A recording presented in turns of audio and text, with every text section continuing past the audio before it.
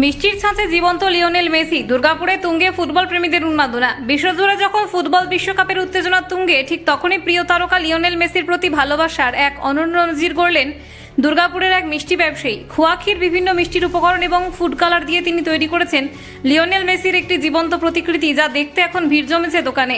দুর্গাপুরের মামরা বাজারে সুপরিচিত মিষ্টি ব্যবসায়ী দেবাশিস ঘোষ ছোটবেলা থেকেই আর্জেন্টিনার একনিষ্ঠ সমর্থক। প্রিয় ফুটবল তারকার প্রতি আবেগ ও শ্রদ্ধা জানাতে বিশ্বকাপের সেমিফাইনালের আগেই তিনি এই মিষ্টির ভাস্কর্যটি তৈরি করেন। 1.5 কেজি খোয়াক্ষীর রকমারি মিষ্টির নিখুঁত কারুকার্যে তৈরি হয়েছে এই প্রতিকৃতি। মেসির মুখের অভিব্যক্তি, দাড়ি, চুল এবং আর্জেন্টিনার জার্সি রং, প্রতিটি খুঁটিনাটি ফুটিয়ে তোলা হয়েছে অসাধারণ দক্ষতায়। এক নজরে দেখলে মনে হবে যেন মিষ্টির শরীরেই প্রাণ পেয়েছেন LM10। বলছি, এখানে এই মিষ্টির দোকানে একটা মেসির একটা স্ট্যাচু বানানো হয়েছে সম্পূর্ণ প্যাড়া দিয়ে, খোয়া দিয়ে। তো এই দোকানে তো আপনি মিষ্টি নিয়েছেন, কত বছর নিচ্ছেন? মোটামুটি আমার বয়স তো 35 হয়ে গেল। আমার যবে থেকে আমি বুঝতে শিখেছি তবে থেকেই এখানে দোকানে আমার আসা যাওয়া। মোটামুটি আমি তো মিষ্টির স্বাদ কেমন? ভালো, নো ডাউট ভালো। খারাপ আপনি কি বলবেন এই দোকান সম্পর্কে?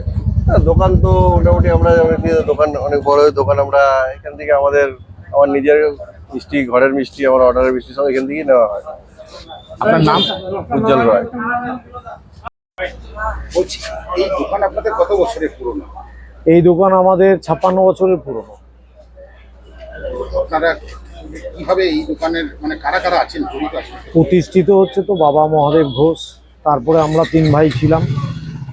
হ্যাঁ, আমার নাম দেবাশিস ঘোষ, আমার শেষদা ছিল স্বপন ঘোষ। কোভিডের সময় দাদা মারা গেছে, এখন ভাইপোদের নিয়েই আছি। আর বর্দা হচ্ছে পরিমল ঘোষ। বলছি, প্রত্যেক বছর কিছু না কিছু আপনি তৈরি করেন। হ্যাঁ, এই চিন্তা ভাবনাটা অ্যাকচুয়ালি আমি নিজেও একটু পোস্টম্যান ছিলাম, তার প্রভাবটা আমরা মিষ্টি দোকানের উপরেই ফেলতে চাইছি। হয়তো কখনো দেশভক্তি, চন্দ্রযান 3 দিয়ে করেছি। তাছাড়াও প্রত্যেকবার ক্রিকেট বিশ্বকাপ বা ফুটবল বিশ্বকাপ হলেও এর আগের বারও মেসি মিয়ানমার দিয়ে আমরা করেছিলাম।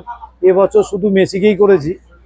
সবচেয়ে বড় কথা হচ্ছে এখনকার যা সময়, যে যুদ্ধের একটা